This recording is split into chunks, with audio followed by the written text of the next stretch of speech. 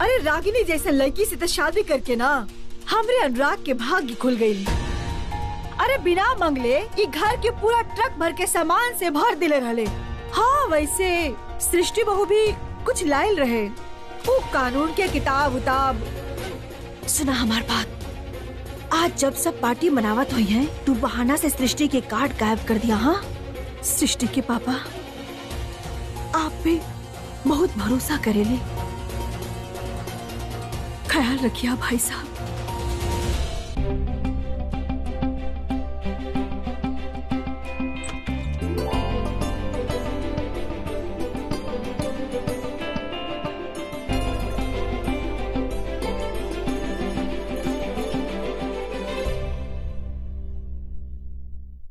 अरे दुलारी दीदी, आप चाय लेके काहे आइले हैं अभी इतना सुबह? ओ चाय ता बहाना बा। अब हम ता तोहरा के शुभकामना देवे आइल रहे, तहार परीक्षा बाना। थैंक यू दुलारी दीदी।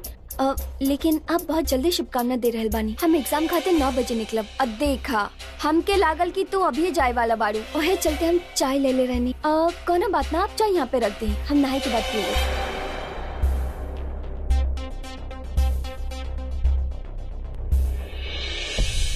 एकदम में सही समय बाई पुण्य कमाए के। कहाँ बाई का कहल जाला ओकरा के एडमिशन कार्ड। छोटकी भौजी के कारड चुरा के ओकरा के परीक्षा देवे से रोके के जिम्मेदारी हमरा के पूरा करे के होगी।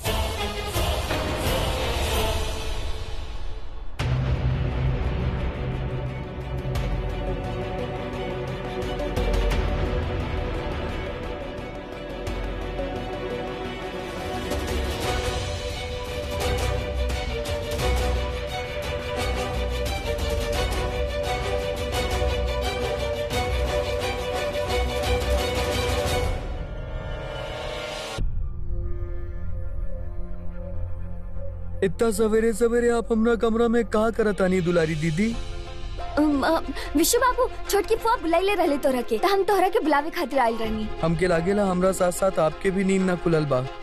वहाँ हमार बिस्तरा थोड़ो ना बा, हमार बिस्तरा तो यहाँ बा। हम अलमारी में थोड़ो ना सुतेली, हम तो यहाँ सुतेली। हाँ उ तबा हमके लागल कि तो जाना काके बुलाइले हा तोरा के। हम ना जाए, अभी तो हमार नींद भी ना पूरा भइल बा। हम ना जाए बबी।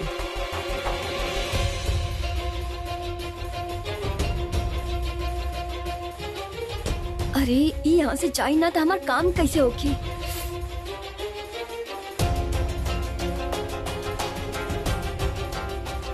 विशु बाबू उठा ना, जाई ना, काकी बुलाई ली था। ऐसे बड़ लोगन के कहे के माने के चाहिए ना। आई उठी तो कितना सियाना बड़ा, आई बहुत समझदार।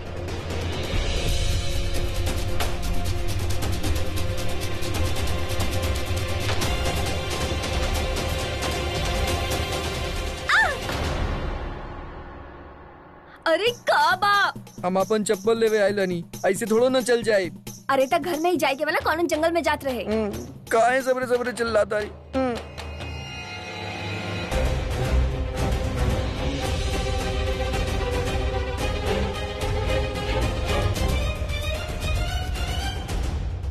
सासू मैया फोन दी अपन। हाँ पर ई तो बतावा कि अनुराग के बाबूजी के काहे खोज रहल बाड़ू? कहा बताई सासू माँ, हमार मिस्टर जी हमरा कल रहे कि सवेरे सवेरे न ससुर जी से जमीन के कागज लेवे के उनका पटना में जरूरत हुई। अब हमरा तो समझे नहीं आ रहा कि हम लेट हो गए नी या फिर वो जल्दी निकल गए नी।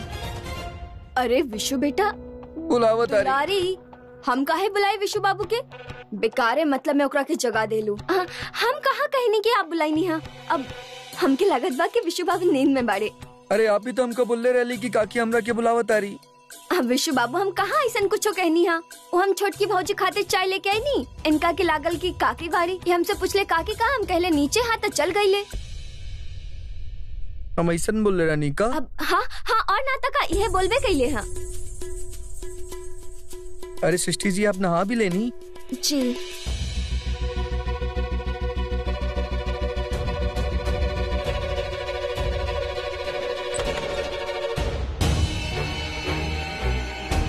सब कांड हो गई, बस ये कारण ना मिलल बा हमके अभी तक।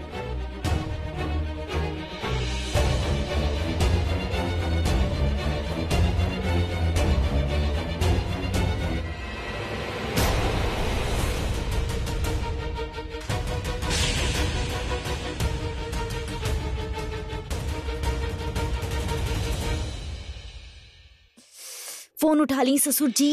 ओ फटफटिया पे हुई है ना। फोन नहीं क्यों उठा रहे बड़े? अब हम हैं? का करी? अब हम कचहरी जाए तो लेट हो जाए ना। इनका पता चली तो पता ना का बवाल करी है। आपके पता बा का जमीन के कागज कहाँ पड़ल बा सासू माँ? ना बहू रानी, कागज पत्तर के मामला तो वही जाने ले। का करी समझ नहीं क्या गलती तहार ना, गलती हमार बा। हमके लागल तरह अंदर कुछ तो सुधार आई। एक काम ना होखेला तरह से ढंग से। तारा चक्कर में ये प्रोजेक्ट जाई हमरा हाथ से। आखिर कौन से जन्म के बदला लेवे चाहता रू तू हमरा से? सारा तैयारी खराब हो गई बेवकूफी के चक्कर में। हर बार हमार बनत काम तहार बेवकूफी की वजह से बिगड़ जाएला। अब हम का कहा पटना जाके सबके? अरे बेटा एकरा पे गुस्सा होके से का होके हाँ? तो खुद ही कागज ले रहते अपन बाबूजी से हाँ? का जाने कागज पत्तर के मामला हाँ? अभी हमार मिस्टेक पर पूरा सुंदर कांड सुनई है। एक रस्ता अच्छा बाकी हम कान बंद रखी, आँख खुला रखी।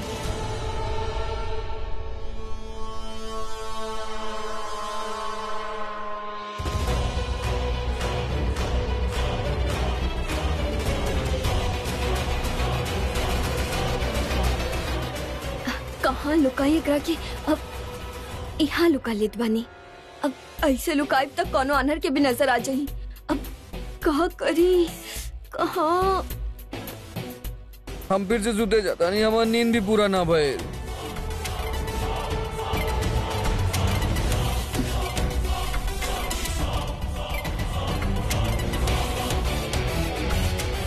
इतना अच्छा कैसा सुतल रानी हम क्या के फालतू में जगह देली। और वह अनुराग भैया हंगामा करे लगले। जाता नहीं हम सूते। हाँ हाँ तब जाना सो जा। ऐसे का दिखता रू तू? माँ बेटा में बहस करवा के तू मजा लेता रू? यह चाहत रहलू तू? करेक्ट। इस सप्ताह ही घर के रोज के तमाशा हो गई बा। हमके अपना रिवीजन करे के चाहिए। अरे बेफालतू के बहस तू कर रहल बड़ा अनुराग। अरे एकरा डांटे से तो अच्छा बा कि तू ई सोचा कि काम कैसे बनी। माँ हम पटना पहुँचे के टाइम दिले रहनी। का बोलब जाके एकरा साथे कुछ दिन और रहब ना तो दिमाग खराब हो जाई हमार। हे दुर्गा मैया फोन लगवा दी है बार, न तो ये हमार पटना जाए के लाइन कटवा दी है। अब दोबारा मत जगैया। काकी हमरा के बुलाई है तब भी मत जगैया। हम खुदे जागब तो अपना आप मिले चल जाए बोन से। हाँ ठीक बा।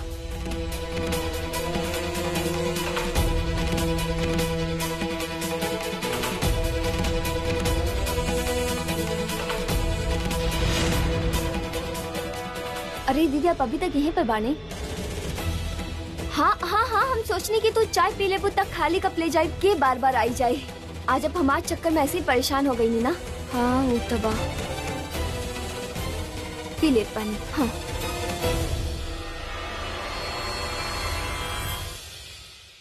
हेलो पापा। पापा वो हमके प्रॉपर्टीज के पेपर चाहिए। मीटिंग में उनकर जरूरत बा। कहाँ पे बा वो पेपर्स? ठीक बा ओके। का कहले? आपके कमरा में अलमारी में पेपर्स पड़ा बा, प्लीज लाके हमरा के दे दी। इतना सब बात खातिर इतना सुना देनी आप हमरा के? गलती तो सबसे ही हो खेला ना। हम तो रात में ना कागज मांगे जात रहनी, आप ही ना हमरा के रोक लेनी। अब ससुर जी अलार्म में फास्ट निकल गए, नहीं तो में हमार का गलती बा? आपके फोन सासू माँ।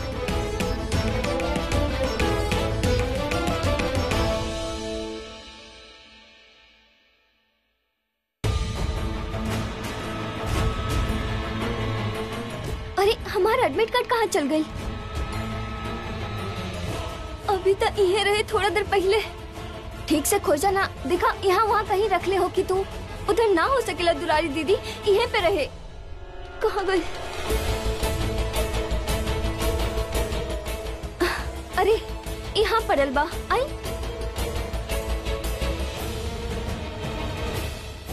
रहल हमारा एडमिट कार्ड। हाँ तो संभाल के रखा, कोनो जगह बा रखे के। नीचे बहुत शोर होकत रहे ना। हाँ यही खातिर हम रिवीजन ना कर पाईनी। अब हम थोड़ा पढ़ लेत बानी।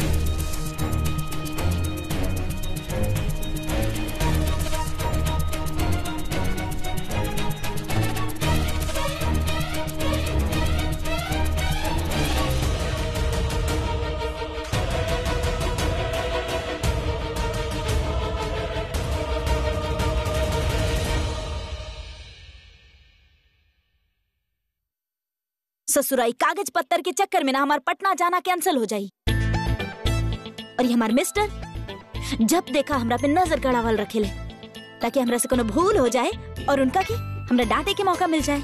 ससुरा हमार बाबूजी कबो हमरा के ना डांट ले और ई हमार इंसल्ट पे इंसल्ट कइल जात रहे, उ भी कानून के देवी के सामने।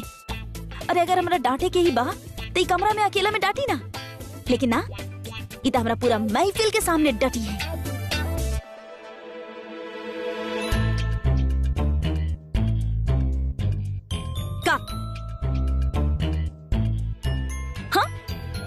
कितना मजा आवता ना हमरा ऐसे खरा खोटा सुना के। अरे आप हमरा ही डांटल फटकारल बंद करब कि ना करब बताई हमरा के, बताई। ऐसे ना माना बा, अब हमरा ही कुछ करे के पड़ी।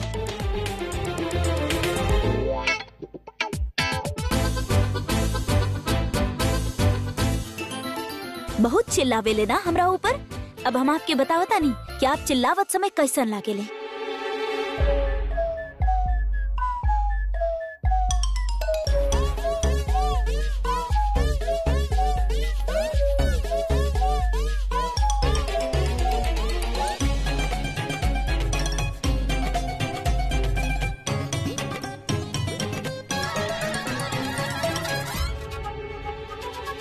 बस बाहर बाहर से ही मस्त लागे रहे आप, बाकी अंदर से ना बिल्कुल ऐसे दिखेले जैसे बने बनी आपके।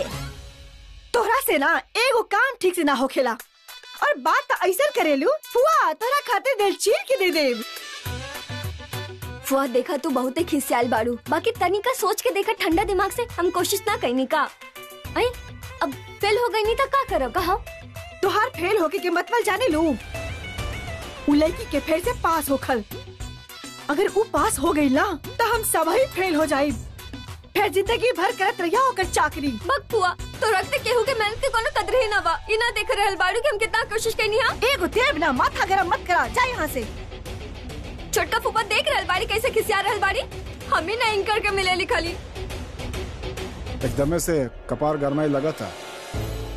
अरे गुड़ खाई और माठा पी, इतना परेशान काहे बनी भाई।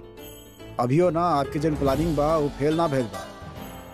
अरे बहुत कुछ बा अभी करे खातिर। का मतलब बा आपके? अरे मतलब सब आपके बताओ दुनिया में। इस सृष्टि के जो एग्जाम सेंटर बा ना ओकरा वहाँ तक ले जाए के जिम्मेदारी भैया हमरा के देले बाड़ा। अब जब तक ओकर एग्जाम चली तब तक हम वही रह, बाकी ठो आदमी हमार बात जोन सेंटर में रही। पढ़त रहे जितना कानून के किताब पढ़े के बा, ओकर फैसला तो हम ही सुनाई।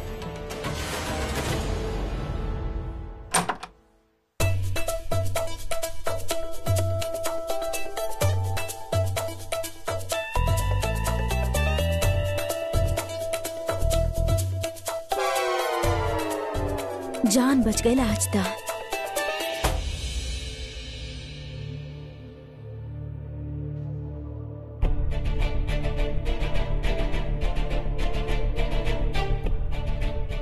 तू हमार फोटो फ्रेम के साथ ही का करता?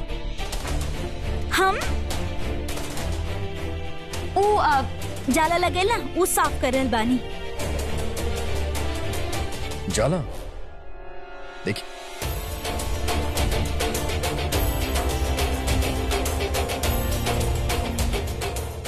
देखा वो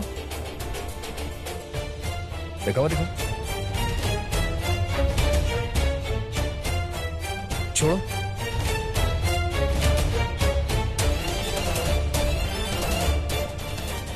ये घटना के बाद तो हमारे पटना के प्लान कैंसिल समझा। अब तू पटना जरूर चल। तू हमार फोटो में शक्ल बिगड़ ले बाड़ू ना, हम तहार पट्टा में ऊ हाल करब कि तहरा अपन शक्ल से नफरत हो जाए।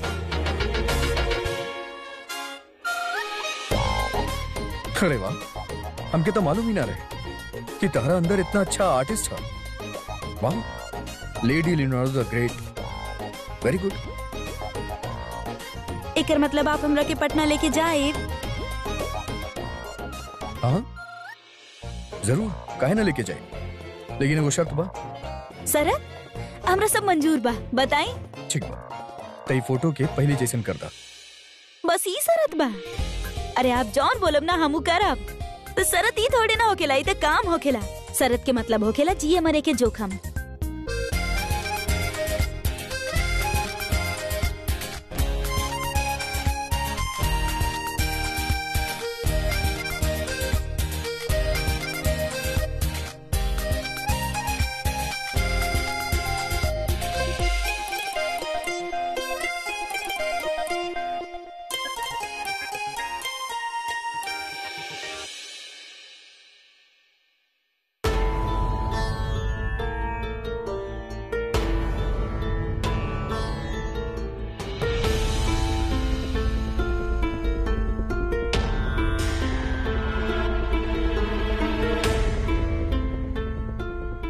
अच्छा भाई, आज काका हमके ड्रॉप कर रहे बाड़े, हमके रिवीजन करे के और मौका मिल जाए। अच्छा Srishti, no time to go. I hope सब अच्छा हो जाए, सब अच्छा हो की। सुनी, हम जा रहे बानी एग्जाम देवे खातिर, ठीक बा ना? बाय।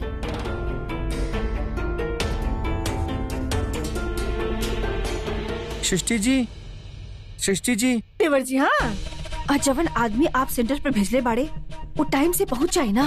अरे पहुंच जाए के का मतलब भौजी, पहुंच चुकल हो क्यों?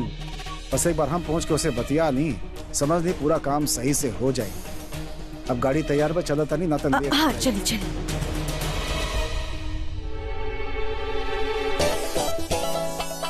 कुछ तो कमी लग रहा बा।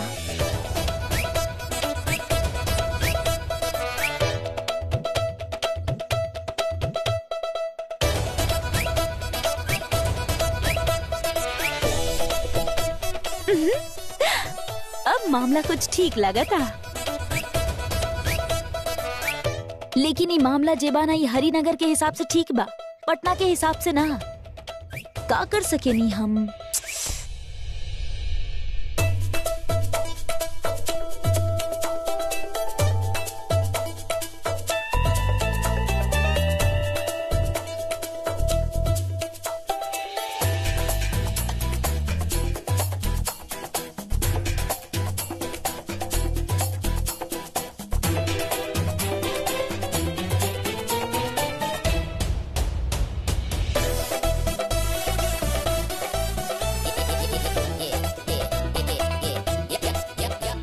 पटना के सफर अब देखब मिस्टर जी, आपके और हमार जिंदगी के सबसे हसीन सफर हुई।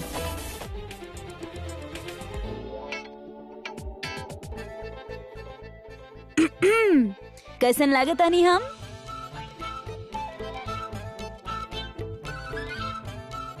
इत लंदन वाला बड़े, इनका ये देसी स्टाइल ना समझ ना आई, हम अच्छा लग रहा बानी।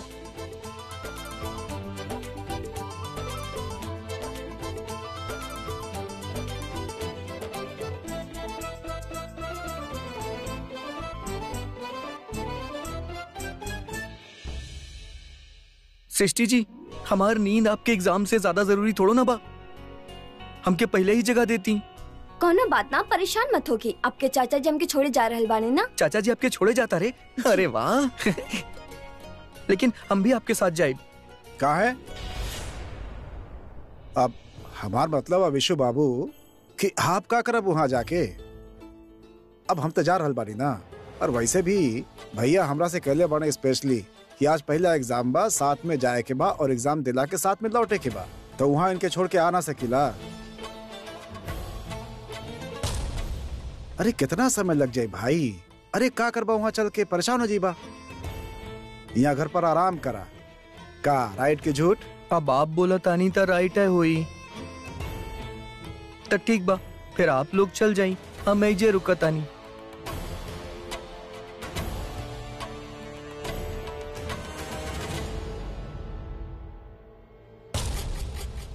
हमारे यहाँ एग्जाम से पहले बड़न के आशीर्वाद लिहल जाला।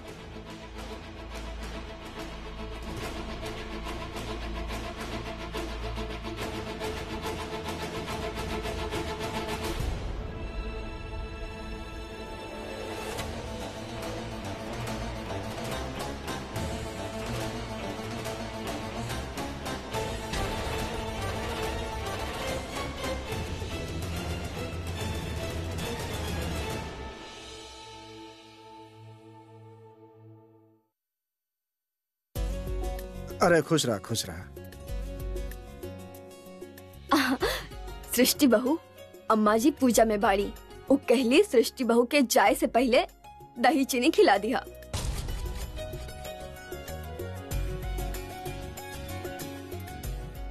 अम्मी खिलाए।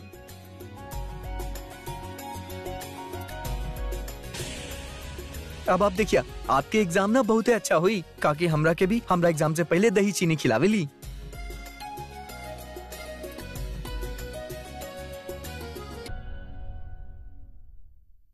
अरे वाह बहुरानी, तू तो बहुत खूबसूरत लग रहा बाड़ू है। और देखा, पटना जाए के केहू के नजर मत लगवा यहाँ।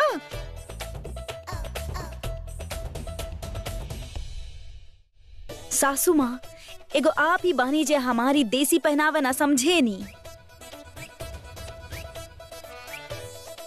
और आप नजर की फिक्र मत करी, हम काला टीका लगेले बानी। बहुत ही अच्छा कहलू। भाभी, आप तो एकदम डॉन लगा था नहीं। Best of luck for exam. Thanks for wishing me. You welcome. अभी तक पास भी ना भइल बाड़ी और इतना पूछ रहल बाड़ी सब। अगर वकील बन गई ना तो सबके आपन पैर के धूल भी ना समझी। काका वो जो हम टैक्सी बुक करवाइले रहनी पटना खातिर, ओकर अबइन फोन आइल है और वो आवे से मना कर देले। तक आप दूसरा टैक्सी बुक कर सकेली हमनी के खातिर। अरे हरिनगर तक हमने जा ही रहल बानी ना, तो साथे में चली काहे भौजी। और फिर वहाँ से टैक्सी के भरमार होके पटना खातिर ले लिया टैक्सी वहाँ से। अरे सही तो कह रहल बाड़ी देवर जी। हाँ, आज तू लोग एक काम करा, तू एनही के साथ चल जा।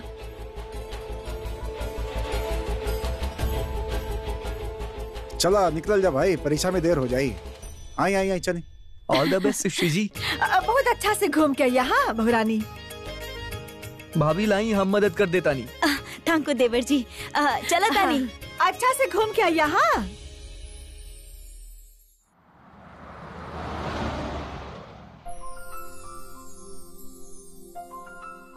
काहे परेशान हो रहा बड़ा अनुराग, आधा घंटा में पहुंच जाए हरिनगर। बाकी वहाँ से मतलब टैक्सी के लाइन लगल रहेला, आराम से निकल जाइए। हैं?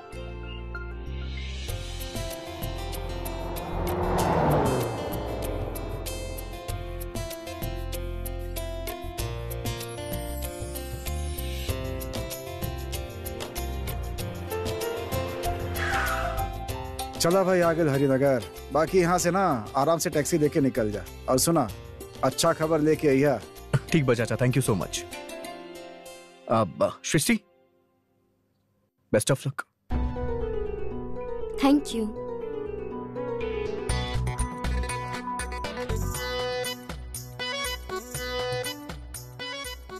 इस सवेरे से 10 बार बोल चुकल बाड़ी, best of luck best of luck. इनकर बस चले तो खुदे जाके परीक्षा दे देवे। अब चलबू भी।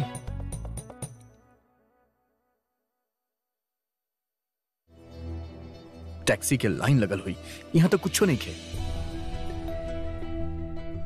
भाई साहब, पटना खातिर टैक्सी कहाँ से मिली? मिले लाते यहीं से, लेकिन वो का बना कि इतना सवेरे सवेरे गाड़ी घोड़ा मिलने से रहल, तो एगो काम करी ऐसा कि चाय पानी पी ली, ओकरा बाद टैक्सी भी आ जाए। ठीक बा, थैंक यू। चकरा देखा चाय पानी के पड़ल बा। एक तो इतना गर्मी में ना हमरा से इंतजार ना हो खेला। तक के कहले रहे इतना गर्मी में ऐसा लेदर जैकेट पहने के? तारा देख के हमके गर्मी लगा था। अरे ई जैकेट पहन के हमार दबंग लुक आवेला, और जब भी जैकेट पहन के बाहर निकलल बानी ना, ऐसे फटाक से काम हो जाला हमार। आप देख, अब आपके जो काम बना वो एक ही मीटिंग में हो जाई। प्रॉमिस बाई हमार आपसे। गर्मी से जान निकल जा रहल बा, मन तक करता है कि जैकेट ना उतार दी। लेकिन अब इनका सामने बकलोल ना साबित होके चाहे नहीं। इस ससुरा हमारे स्टाइल ना हमरे पे भारी पड़ गई बा। ई जाहिल लड़की के ना बोले के तमीज बा और ना ही पहने के। इनका दबंग पहनावे के जरा भी आइडिया नहीं खे, खाली अंग्रेजी कपड़ा के बारे में ही जाने ले। अब इनका कौन समझाए कि ई डिस्ट्रिक्ट में इनका तरीका के कपड़ा पहने वाला के बबुआ समझे ले लोग। हमार दबंग लुक, माय फुट दबंग लुक, ऐसा लागेला कहूं डाका डाले जाता रही। यहाँ खड़ा रहे से टैक्सी तो मिले से रहल। चला यहाँ से। मिस्टर जी,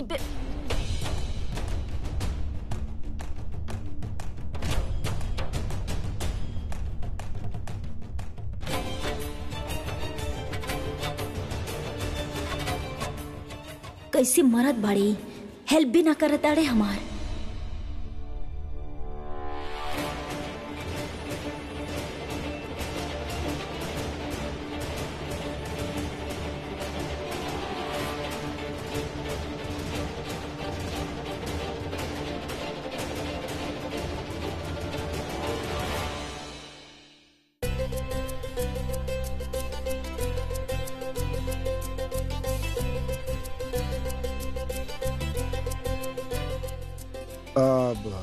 अब तो जाके परीक्षा दा अच्छा से। हाँ, बाकी हम यही वेट कर ले, ठीक बा? जी। अरे जा जा जा।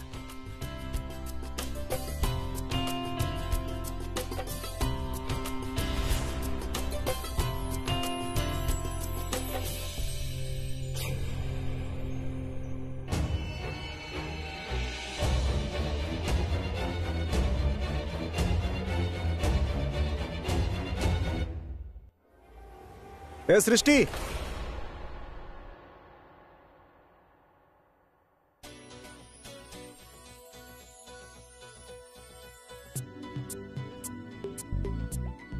शेखर,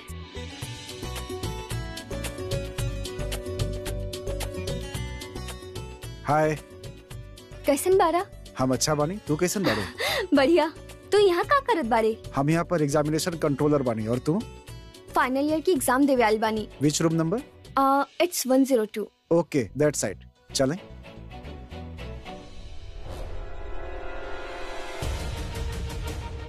एक 102।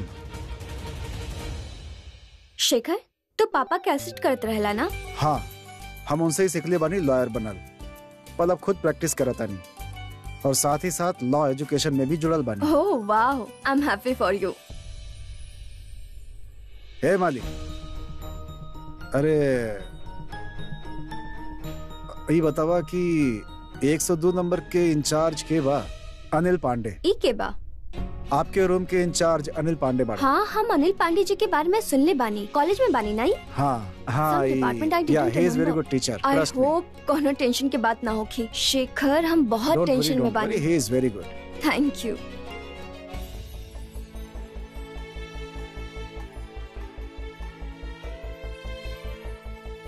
बिटिया, हम तोरा से मिल तो ना सके नहीं, लेकिन तोहरा के दूर से देख सके लेना।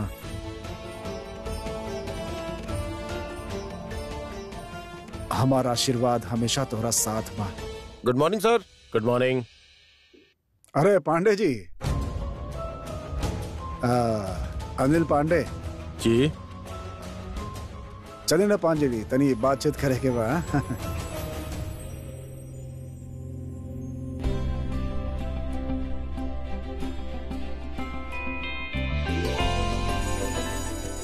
So, it's 102. It's showdown time. Do your best. Good luck. Thank you. Yeah. अरे, इता अपन शेखर बा। चल एकरा के देख के तसल्ली त भइल। ई जरूर सृष्टि के ओकर एग्जाम के बारे में सही गाइडेंस दे सकेला। हमके पूरा उम्मीद बा। Thank you. आप समझ ना रहल बड़े विश्वान जी, एकरा में बहुत रिस्क बा। अरे पांडे जी, हमार बात तो सुनी। अरे भाई, समझ तो आप ना रहल बानी। काम काज कही के ना खाली पेट ही भरेला, और तिजोरी भरे खातिर ना थोड़ा रिस्क उठावे के पड़ेला। वैसे आप कितना कमा ले हुए नहीं ये सब कह के? 10 गुना ज्यादा मिली आपके, समझ नहीं? बाकी आप पढ़े लिखल बानी, ये गुड़ा भाग करे के हमके बता दे। और वैसे कोनो रिस्क वाला कोनो बात नहीं खेबा। अरे आप ते अंदर के आदमी बाने भाई। अरे आप ये कैसे करी बताएं?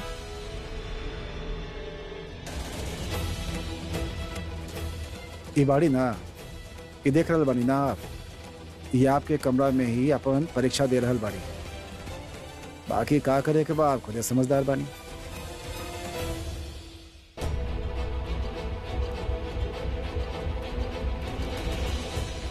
अब डील करा और देखा अपन औकात। मिस्टर जी हम कुछ जरूरी काम करता नहीं, तू बात करा ना please. Ma'am, what a minute checkout? हाँ ma'am, I am asking about the checkout time. अब time? Yes ma'am. I have big बड़ा इला हमारी बीवी बने। Big time to spend here. Ma'am, I am asking about the checkout time.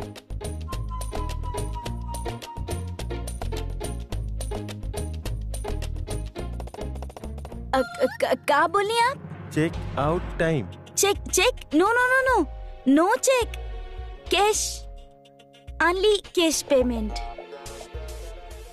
Ma'am, I am not asking about the payment mode. I am asking about the checkout time.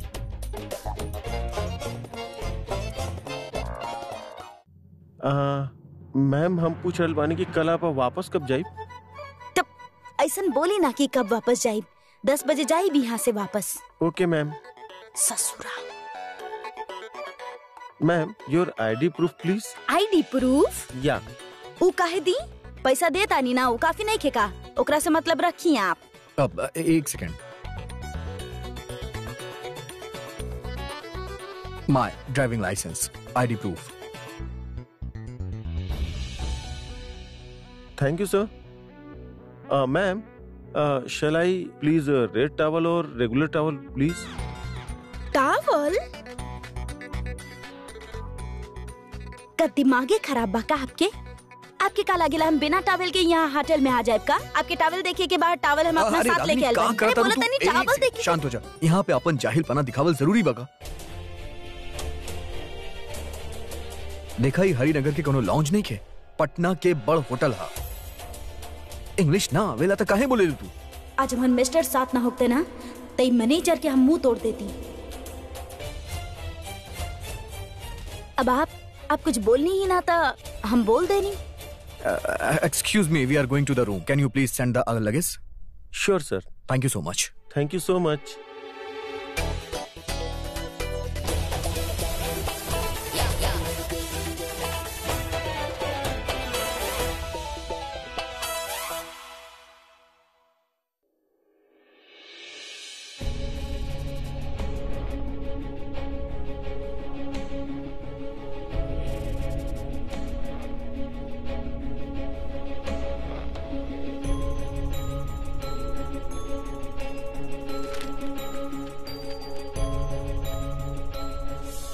ये देखा तानी ना आप, ये आपके कमरा में ही परीक्षा दे रहल बड़ी।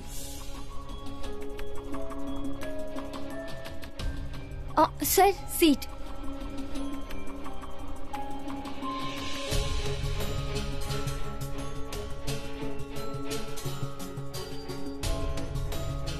Thank you.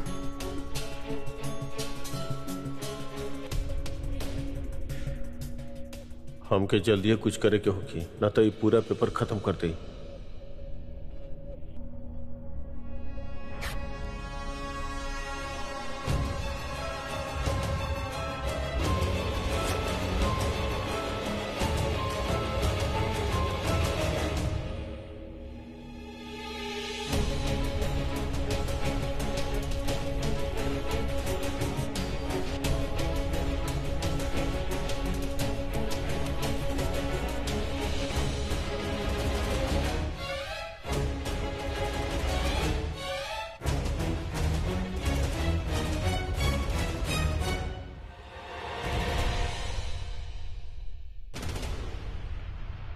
एक आबा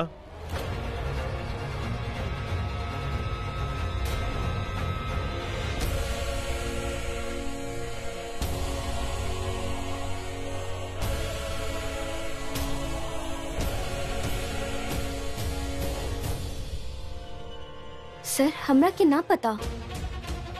इस चीट से तू कॉपी कैले बाड़ू और कहा तड़ू तोरा नहीं क्या पता। सर ये हमार चिट ना बा, हमके ना पता ही यहाँ कैसे आई।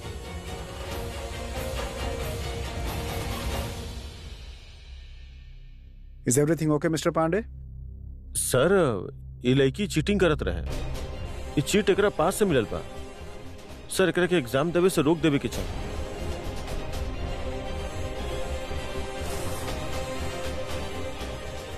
सर हम कोनो चीटिंग ना कइले बानी, आपके कोनो गलत फहमी भइल बा। आप ऐसे हमके एग्जाम से ना हटा सकेले। सर हम कोनो चीटिंग ना कइले बानी, ये बात ही ना मान रहल बाड़े हमार। सर जब कोई चीटिंग करत पकड़ा जाला ना तो वैसे ही ड्रामा करेला और ये तो रंगे हाथ पकड़ल गेल बिया। सर ये चीट बा जे इनकर चेयर के पास पड़ल रहे। सर हम कोनो चीटिंग ना कइले बानी। सर प्लीज सर। हमार के कोनो तरह से दुश्मनी बा जे तोरा के ब्लेम करब? सर हमके तो लगा था एकरा के एग्जाम से सस्पेंड कर देवे के चाहिए। मिस्टर पांडे, आप इनका आंसर शीट अभी वापस करें।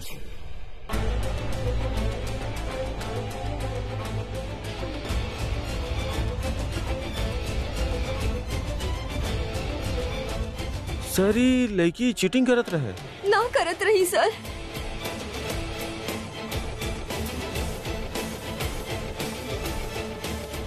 का आप इनके चिट यूज कर देख ले बानी? ना सर, पर ये चीट इनके पास से मिलल बा, वो के और के कैसे हो सकेला?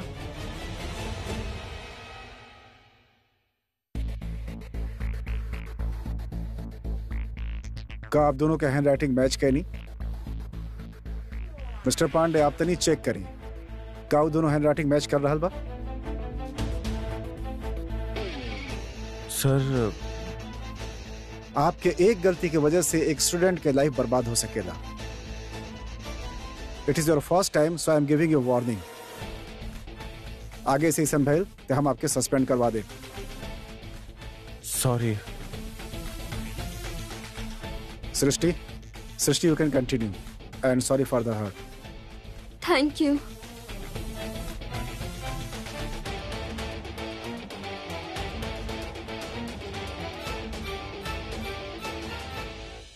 यस मिस्टर पांडे, आप उनका टाइम वेस्ट के लिए बानी। आंसर शीट सबमिट करे कि उनके एक्स्ट्रा टाइम दे।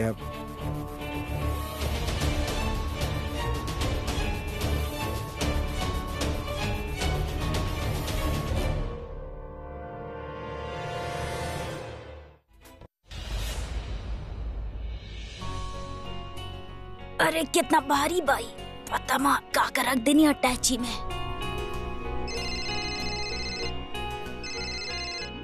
हेलो। हाँ tell me the wait there, I am just coming. हाँ ओके। अरे मिस्टर जी, अब आप कहाँ चल देनी?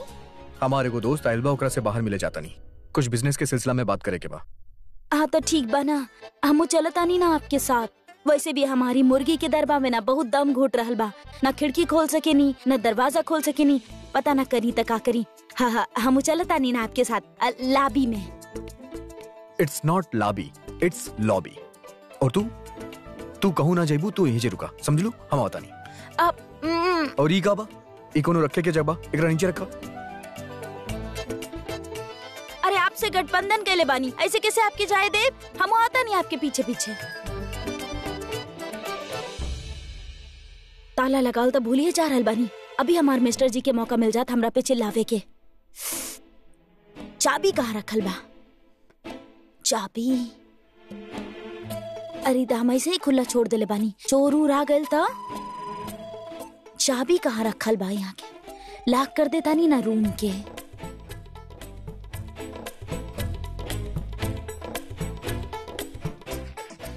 कहाँ रख देनी चाबी ना?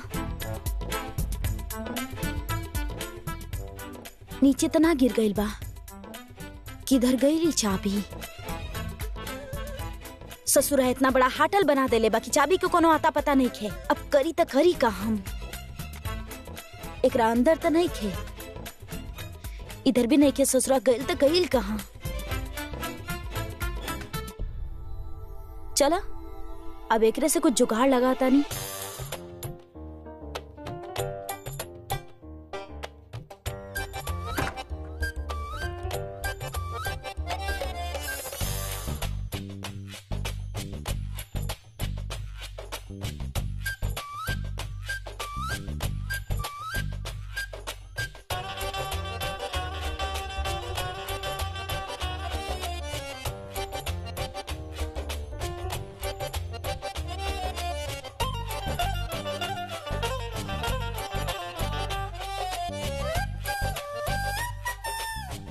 Ma'am, may I help you? Ma'am, may I help you? नो, हमरा चाय नाश्ता ना चाहिए, तू जा। मैम, हम चाय के बात न करल बानी, हम पूछ रहल बानी आपके कोनो मदद चाहिए?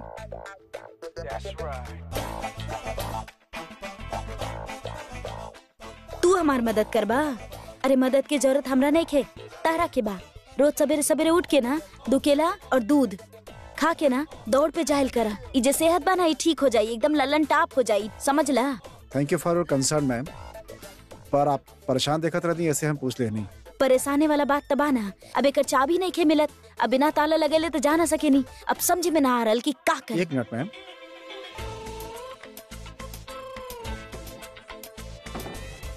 मैम एक काट के आप ऐसे दिखाए सामने है तो डोर अपना आप ही लॉक हो जाए। लॉक हो गई।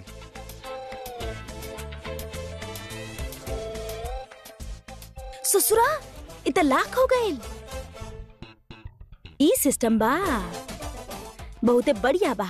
अब चलो तू भी हमार थैंकू ले ला। थैंकू। Welcome ma'am. अब अरे रुका रुका रुका, हमरा के ना लाबी में जाए के बा, त लाबी के रास्ता बता दे का। आप चलिए मैम हमरा साथे, हम आपके लेके चलो तनी लॉबी में। एक मिनट, चलिए मैम।